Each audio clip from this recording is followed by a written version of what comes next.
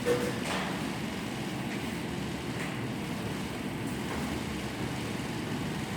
Morning. ફરી પાછા આપણે આજે યુનિટ 3 ની એક્સરસાઇઝ માટે મળી ગયા છીએ. તો આપણે અત્યારે અહીંયા જેટલી કરાવવામાં આવે એટલી જ એક્સરસાઇઝ કરવાની છે અને એ પણ ટેક્સ્ટ બુકની અંદર તમારે લખતું જવાનું છે સાથે સાથે અને સમજતું જવાનું છે. તો સૌથી પહેલા આપણે V1 કરીશું, જેની અંદર તમને કીધું છે use the word from the box to complete the steps about environmental problems. Environmental પ્રોબ્લેમ્સને લગતું જે આ પેરેગ્રાફ છે એના તમે ઓપ્શનમાં શોધી અને પેરેગ્રાફને પૂરો કરો અથવા તો ખાલી જગ્યામાં જવાબ મૂકો. તો અહીંયા તમને આટલા ઓપ્શન આપેલા છે, જે અહીંયા બોર્ડ ઉપર મેં લખી આપેલા છે અને જે ખાલી જગ્યામાં આન્સર આવતો હશે એની સામે આપણે ક્રમ લખતા જશું. તો સૌથી પહેલા તો આપણે આ શબ્દોને સમજી લઈએ. પોલ્યુટેડ એટલે પ્રદૂષિત, ડિસ્પોઝલ એટલે નિકાલ કરવો, લેયર એટલે પડ, ગ્રીન હાઉસ એટલે ગ્રીન હાઉસ ઇફેક્ટ જેને આપણે કહીએ છીએ એ વિજ્ઞાનની અંદર તમે બધા ભણી ગયા છો.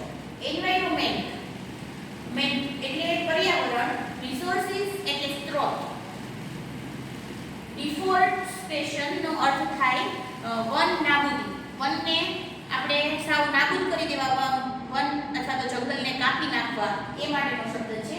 રિમૂવલ એટલે દૂર કરવું અને ગાર્બેજ એટલે કચરો. અને એક પેરેગ્રાફ આપેલો છે જેમાં યોગ્ય જવાબ આ શબ્દો વડે ખાલી જગ્યા તમારે પૂરવાની છે. આવું આપણે પરીક્ષાની અંદર પેરેગ્રાફ પૂછાતો હોય છે બોર્ડમાં કે જે તમે પાઠમાં આવેલા જે શબ્દો છે એના ઉપયોગથી, પેરેગ્રાફ બહાર ન હોય, પાઠનો ન હોય, પણ શબ્દો તમારે પાઠમાં આવી ગયેલા હોય અને એ શબ્દોની મદદથી તમારે અર્થ વ્યવસ્થિત થાય એવો પેરેગ્રાફને પૂર્ણ કરવાનો હોય. એટલે આવી રીતના પેરેગ્રાફ પૂછાતા હોય છે. તો પેરેગ્રાફ વાંચતા જઈશું અને આપણે એના આન્સર લખતા જઈશું. Pollution is a major problem of our times. આપણે અત્યારના સમયમાં આ પોલ્યુશન છે, પ્રદૂષણ છે ને, એ આપણી મુખ્ય પ્રોબ્લેમ છે, સમસ્યા છે. Air, water and land are all are polluted. પાણી, જમીન અને હવા આ બધું જ પ્રદૂષિત થઈ ગયેલું છે. તો સૌથી પહેલા ઓલ આર પોલ્યુટેડ. હવે પોલ્યુટેડ છે એ આપણે કઈ ખાલી જગ્યામાં આવશે? પેલી ખાલી જગ્યામાં પોલ્યુટેડ આવશે. પુઅર વેસ્ટ ખાલી જગ્યા is to blame for many of the problem. Poor waste ખરાબ જે કચરો છે એ ખાલી જગ્યા છે એ અત્યારે આપણે એના માટે બ્લેમ કરીએ છીએ. સમસ્યાનો નિકાલ કઈ રીતે લાવવો એના માટે આપણે, તો અહીંયા વેસ્ટ છે એના નિકાલ કરવાની વાત છે. તો સૌથી પહેલા નિકાલ કરવા માટે કયો શબ્દ આવશે અહીંયા? ડિસ્પોઝલ. હવે ડિસ્પોઝલ છે એ આપણે કયા અક્ષરની અંદર આવશે? બીજામાં. ત્યાર પછી pollution of the atmosphere has led to the destruction of ozone ખાલી જગ્યા. હવે પોલ્યુશન જે છે એ આપણને લેડ એટલે દોરી જાય છે કઈ તરફ? ડિસ્ટ્રક્શન ઓફ એટલે વિનાશ, ઓફ ઓઝોન. ઓઝોન ખાલી જગ્યા. તો ઓઝોન નું શું હોય છે? લેયર, પડ હોય છે. આપણે ખબર છે કે પ્રદૂષણ વધે છે એમ તાપમાન વધે છે અને તાપમાન વધવાના કારણે ઓઝોનના સ્તરની અંદર ગાબડા પડતા ગયા છે અને ધીમે ધીમે જો ઓઝોનનું પડ છે એ તૂટી જશે તો આપણે બચી શકશું નહીં. આપણા માટે ખૂબ નુકસાનકારક છે. વિજ્ઞાનની અંદર તમે આ ગ્રીન હાઉસ ઇફેક્ટ વિશે અને ઓઝોન સ્તર વિશે ભણી ગયા છો એટલે તમે બધાને એની ખબર જ છે. તો અહીંયા ઓઝોન લેયર આવશે એટલે અહીંયા ત્રીજી ખાલી જગ્યામાં શું આવશે? લેયર. એન્ડ ખાલી જગ્યા ઇફેક્ટ. ઇફેક્ટ કઈ આવશે? Greenhouse effect. જો અત્યાર સુધી બધા ક્રમમાં જ જવાબ છે. Moreover we are wasting our natural ખાલી જગ્યા. વધુમાં આપણે આપણા ખાલી જગ્યાને વેસ્ટિંગ કરીએ છીએ એટલે કે બગાડીએ છીએ. તો શું બગાડીએ છીએ? આપણા નેચરલ સ્ત્રોત. એટલે અહીંયા શું આવશે? રિસોર્સિસ. રિસોર્સિસ ની અંદર અહીંયા આપણે પાંચમો ક્રમ આવશે. રિસોર્સિસ એટલે આપણે સ્ત્રોતોને બગાડીએ છીએ. The act of ખાલી જગ્યા has also created many problems. ખાલી જગ્યા કાર્ય છે ને એ પણ ઘણી બધી સમસ્યાઓ છે એ ક્રિએટ કરે છે, સર્જે છે. તો બીજું કયું છે આવું એમાંથી? એટલે કે વન નાબૂદી છે, વન જંગલનો બેફામ આપણે નાશ કરીએ છીએ, એ પણ મોટી સમસ્યા આપણા માટે બની શકે છે. એટલે ડિફોરેસ્ટેશન કે ખાલી ક્રિયામાં આવશે છઠ્ઠા number. Each of us has to act sincerely to protect our ખાલી જગ્યા. આપણે બધાએ ગંભીરતાપૂર્વક કાર્ય કરવું જોઈએ ખાલી જગ્યાને બચાવવાનું. કોને બચાવવાનું હોય? તો એન્વાયરમેન્ટ. તો અહીંયા સાતમી ખાલી જગ્યામાં શું આવશે? એન્વાયરમેન્ટ. અહીંયા આ બે ઓપ્શન છે એ વધારાના છે, એ આમાં આવતા નથી. ઓપ્શન તમને ખાલી જગ્યા કરતા વધારે આપ્યા હતા. ત્યાર પછી આપણે સીધું V3 કરવાનું છે, V2 નથી કરવાનું. V3 ની અંદર તમને શું કીધું છે? Find and write the word having similar meaning from the first three question answers of a Krishnamurti's interview. Arun કૃષ્ણમૂર્તિનું જે ઇન્ટરવ્યુ છે એના પહેલા 3 ક્વેશ્ચનમાંથી તમારે આપેલા શબ્દોના સિમિલર વર્ડ ગોતી અને તમારે માં લખવાના છે. એટલે કે સામાનાર્થી શબ્દો આપેલા શબ્દના લખવાના, પણ શેમાંથી ગોતીને? પહેલા 3 પ્રશ્નમાંથી. હવે પહેલું જ છે એસ્ટાબ્લિશ્ડ, એટલે સ્થાપના કરવી. તો એના માટે પાઠમાં કયો શબ્દ વપરાણો છે? ફાઉન્ડેડ. તો અહીંયા આપણે સાથે સાથે લખતા જઈશું. ફાઉન્ડેડ. બીજું છે સીશોર. સીશોર એટલે દરિયા કિનારો, પણ પાઠમાં દરિયા કિનારા માટે કયો શબ્દ વાપર્યો છે? તો બીચ. વેરી ડર્ટી એટલે ખૂબ ગંદુ, એના માટે પાઠમાં વપરાયો છે શબ્દ હેવીલી પોલ્યુટેડ.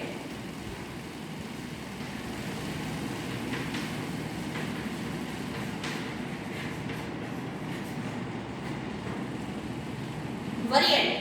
વેરિએન્ટનો અર્થ થાય અલગ અલગ પ્રકારનું, વિવિધ પ્રકારનું. તો અહીંયા એના માટે કયો શબ્દ છે? વેરિયસ.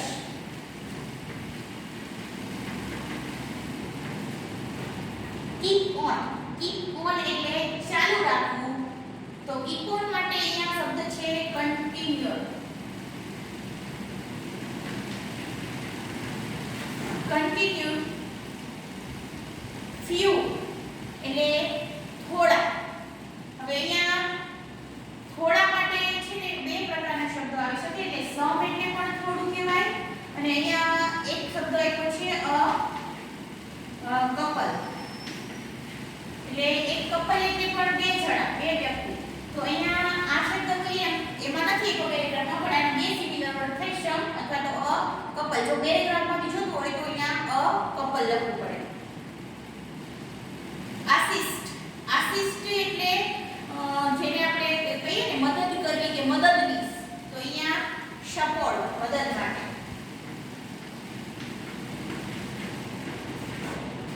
પછી સ્ટ્રગલ.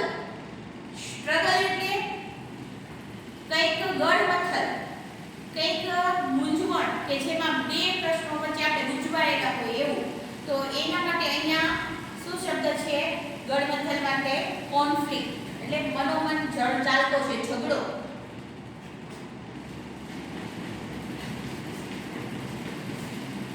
બ્યુટીફુલ.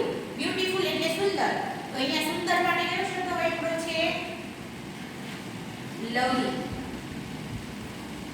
પછી હમ્બલનેસ. હમ્બલનેસ એટલે દયાભાવ અથવા તો બીજા પ્રત્યે કંઈક લાગણી હોવી, માનવતા હોવી. તો એના માટેનો અહીંયા શબ્દ પાઠની અંદર વાપર્યો છે હ્યુમિલિટી.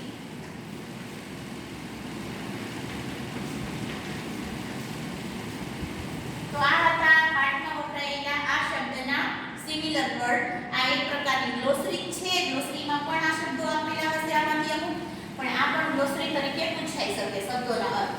હવે આગળ આપણે નેક્સ્ટ V4 કરવાનું છે.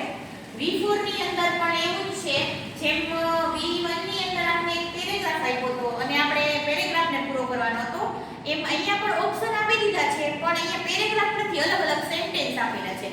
તો અહીંયા આપણે પહેલા આપેલા ઓપ્શનના અર્થ જોઈ લઈશું. તો વોલેન્ટિયર્સ એટલે સ્વયંસેવકો, પેરેન્ટ એટલે માતા-પિતા, એન્વાયરોન્મેન્ટલિસ્ટ એટલે પર્યાવરણવિદ, સુપરસ્ટાર એટલે કે એક મોટો એવા કલાકાર સ્ટાર, ફિલ્મ મેકર એટલે પિક્ચર બનાવનાર ફિલ્મ બનાવનાર જેને આપણે પ્રોડ્યુસર પણ કહીએ છીએ. કેમિસ્ટ એટલે કેમિકલને લગતું જે કે કોઈ કામ કરતા હોય એ રસાયણને લગતું. સાયન્ટિફિક રિસર્ચર્સ એટલે વિજ્ઞાન ક્ષેત્રમાં જે સંશોધનો કરતા હોય એ. અને મ્યુઝિશિયન એટલે સંગીતકાર. અને આ ઓપ્શન આપણે વાક્યો વાંચતા જઈશું અને જે જવાબ આવતો હોય એની સામે એના ક્રમ લખતા જશું. પહેલું છે એવરી ખાલી જગ્યા is worried about the future of her or his son or daughter. દરેક ખાલી જગ્યા પોતાના દીકરા કે દીકરીના ભવિષ્ય માટે ચિંતિત હોય છે. તો પોતાના દીકરા અને દીકરીના ભવિષ્ય માટે કોણ ચિંતિત હોય? આમાંથી કઈ ઓપ્શન આવશે? તો પેરેન્ટ, માતા પિતા. તો અહીંયા ફર્સ્ટમાં શું આવશે? પેરેન્ટ. A ખાલી જગ્યા works selflessly for the mission he or she joins. ખાલી જગ્યા એ કામ કરે છે સેલ્ફલેસલી એટલે પોતાની રીતે પોતાની જાતે કામ કરે છે કોઈ પણ મિશન એટલે કાર્યમાં અને એમાં જોડાઈને he or she છોકરો કે છોકરી કોઈ પણ તો એવું પોતાની રીતે જાતે જોડાઈને કોઈ કાર્ય કરવું તો એને આપણે શું કહીએ છીએ? સ્વયંસેવકો એટલે કે વોલેન્ટિયર્સ. તો આપણે વોલેન્ટિયર છે ઈ બીજી ખાલી જગ્યામાં આવશે બીજા સેન્ટેન્સમાં. People rush in to have a glance of a ખાલી જગ્યા wherever she or he goes. તે અથવા તેણી જ્યાં પણ જાય છે ત્યાં લોકો છે એની ચમક દમકને જોવા માટે દોડી જાય છે. એટલે કોણને જોવા માટે લોકો છે એ દોડી જતા હોય છે ચમક દમક? તો કોઈ સુપરસ્ટાર હોય અથવા તો ફિલ્મ એક્ટર હોય ત્યાં આવ્યો હોય તો ઘણી બધી ભીડ એને જોવા માટે ભેગી એકઠી થઈ જતી હોય છે એના ગ્લિમ્સને જોવા માટે. તો એના માટે અહીંયા આપણે એ ખાલી જગ્યામાં કયો શબ્દ આવશે? સુપરસ્ટાર. એટલે ત્રીજામાં આવશે સુપરસ્ટાર.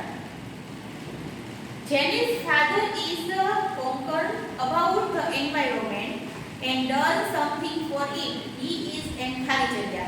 જેનીના પિતા છે એ પર્યાવરણ માટે concerned એટલે ચિંતિત હતા, એમના માટે worried હતા અથવા તો એમના માટે કંઈક કરવા ઈચ્છતા હતા.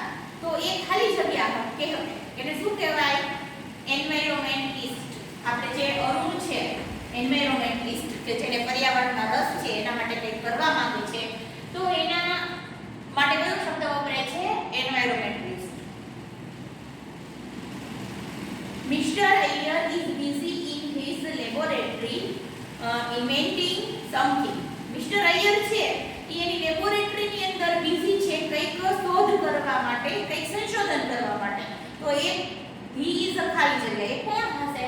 તો સંશોધનો કરતા હોય લેબની અંદર વિજ્ઞાનના તો એને કહેવાય સાયન્ટિફિક રિસર્ચર્સ. તો અહીંયા આ પાંચમા સેન્ટેન્સની અંદર શું આવશે? Scientific researchers. Ram Gopal Varma produces horror and suspense movies. Ram Gopal Varma છે એ હોરર એટલે ભયજનક અને સસ્પેન્સ હોય એટલે રહસ્ય હોય એવા મૂવીઝ છે એ બનાવે છે. તો હી ઇઝ અ ખાલી જગ્યા. કોણ છે? તો ફિલ્મ મેકર છે. આવી રીતે આપણે 1 થી 6 છે આ બે છે એ ઓપ્શન વધારાના છે આમાં પણ. હવે આપણે લાસ્ટ જે એક્સરસાઇઝ કરવાની છે એ છે C3. સીધું આપણે કોમ્પ્રિહેન્શન વિભાગની અંદર C3 જેવા પાઠના આપણે MCQ આપેલા છે એ કરવાના છે. એમાં પહેલો MCQ છે Arun learn from his teacher ખાલી જગ્યા. અરુણને એના ટીચર પાસેથી શું શીખ્યો હતો? ખાલી જગ્યા શીખ્યો હતો. તો 4 ઓપ્શન આપેલા છે. પહેલું A never to stop learning. ક્યારેય શીખવાનું અટકવું છોડવું નહીં. To do great work to become great. મોટું વિશાળ બનવું હોય, મહાન બનવું હોય તો તમારે મહાન કામ કરવું પડે. To seek help of other people. બીજા લોકોની મદદ માંગવી. To learn from his own deed. પોતાની ડીડ એટલે કાર્યમાંથી શીખવું. તો એના શિક્ષકોએ આ 4 માંથી કયો ઓપ્શન બંધ બેસશે? એના શિક્ષકોએ શું શીખવાડ્યું કે ક્યારેય શીખવાનું છોડવું નહીં. હંમેશા છેલ્લી ઘડી સુધી તમારે કંઈક ને કંઈક નવું શીખતું રહેવું જોઈએ. એટલે ઓપ્શન પહેલાની અંદર કયું ઓપ્શન આવશે? A.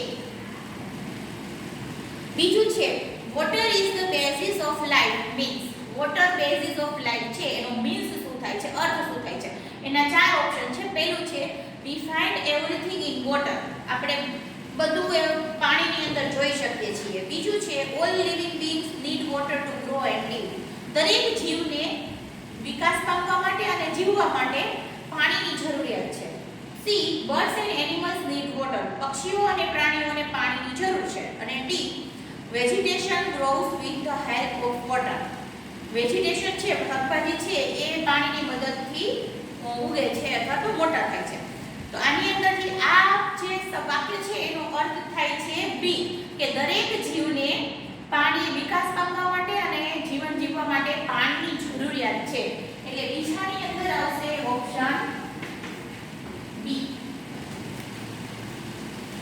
ત્રીજું છે the green cover around Arun's school inspired him. અરુણના સ્કૂલની આજુબાજુનું જે ગ્રીન કવર છે, લીલોતરી છે, એને ઇન્સ્પાયર્ડ હિમ એટલે એને પ્રેરિત કરે છે. તો શેના માટે પ્રેરિત કરે છે? 4 ઓપ્શન આપ્યા છે. તો plant more and more plant and trees, તો વધુમાં વધુ વૃક્ષો અને છોડવાઓને વાવવા માટે. Be to think and understand about the importance of life from like birds and animals. Bird અને એનિમલ જેવા જીવ પાસેથી એમની અગત્યતા અને એમનું જે મહત્વ છે એને સમજવું અને એના વિશે વિચારવું. C to save bird and animal, પક્ષીઓ અને પ્રાણીઓને બચાવવા. અને D to launch a movement to protect the greenery. આ ગ્રીનરીને, લીલોતરીને બચાવવા માટે તમારે એક પ્રોજેક્ટ છે અથવા તો મૂવમેન્ટ ટાઈપ કાર્ય છે એને લોન્ચ કરવું જોઈએ, શરૂ કરવું જોઈએ, આવું શીખવાડે છે. તો હવે આ 4માંથી ઓપ્શન બી છે એ લાગુ પડે છે અહીંયા, કે જે એની આજુબાજુની જે લીલોતરી હતી શાળા અને કોલેજની, એને શું શીખવતી હતી કે આ પક્ષીઓ અને બર્ડ ને એનિમલ જે એમની અંદર રહેતા હોય છે એ બધા ખૂબ અગત્યના છે, એમનું કંઈક ને કંઈક મહત્વ છે. તો એ સમજવું અને એમને એમના વિશે વિચારતા કર્યા હતા, એનામાંથી એ પ્રેરણા એને મેળવી. તો એટલા માટે અહીંયા ઓપ્શન ત્રીજામાં કયું આવશે? એમાં પણ બી ઓપ્શન આવશે. ચોથું છે my school and college had plenty of green cover. It means મારી શાળા અને કોલેજમાં પ્લેન્ટી ઓફ ગ્રીન કવર. આ વાક્યનો અર્થ શું થાય છે? તો એના પણ 4 ઓપ્શન છે. એ છે his school and college had been covered with green net. Any school અને કોલેજને ગ્રીન નેટ થી કવર કરેલી હતી. બી there were lots of trees, plant and greenery around the school and college. એને સ્કૂલ અને કોલેજની આસપાસ પુષ્કળ પ્રમાણમાં ઝાડવાઓ, છોડવાઓ અને લીલોતરી હતી, ઘાસ હતું. C the school and college garden had a green lawn. એની સ્કૂલ અને કોલેજના ગાર્ડનમાં ગ્રીન લીલી લોન હતી. D his school and college had understood the importance of green cover. Any school અને કોલેજ એ સમજતી હતી એના આ ગ્રીન કવરના ઇમ્પોર્ટન્સ માટે. તો આ 4માંથી ઓપ્શન બી છે એ લાગુ પડે છે, કે જેનો અર્થ થાય છે એની શાળા અને કોલેજની આસપાસ ચારો તરફ લીલોતરી છવાયેલી હતી, એટલે કે ઝાડવાઓ, છોડવાઓ અને ઘાસ ઉગી નીકળેલું હતું. એટલે અહીંયા પણ ચોથામાં પણ ઓપ્શન બી જવાબ આવશે. આ હતા તમારા પાઠના MCQ. આ સિવાયનું C4 ની અંદર તમને પાઠના પ્રશ્ન જવાબ આપ્યા છે અને C5 ની અંદર 2 શોર્ટ નોટ આપી છે.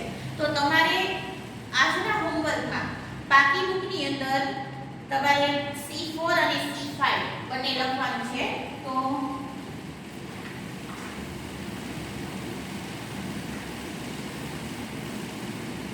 હોમવર્કની અંદર C4 ની અંદર આપેલા ક્વેશ્ચન આન્સર અને C5 માં આપેલી શોર્ટ નોટ,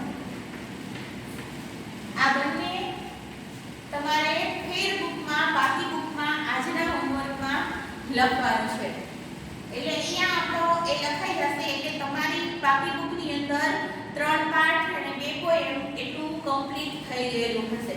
એટલે એટલું છે તમારે બાકી બુકની અંદર કમ્પ્લીટ કરી નાખવાનું છે અને બધું આપણે સડન જ લખવાનું છે, અલગ કોઈ વિભાગ બનાવવાનો નથી. અને ગ્રામરની બુકમાં જે ગ્રામરના ટોપિક ચલાવે છે એ તમારે અલગ બુકમાં, ગ્રામરની બુકમાં લખવાના છે. અહીંયા આપણે આજનું આ સેશન પૂરું કરીએ છીએ. આગળ ફરી ફરી પાછા આપણે નવા યુનિટ સાથે ફરીથી મળશું. Thank you.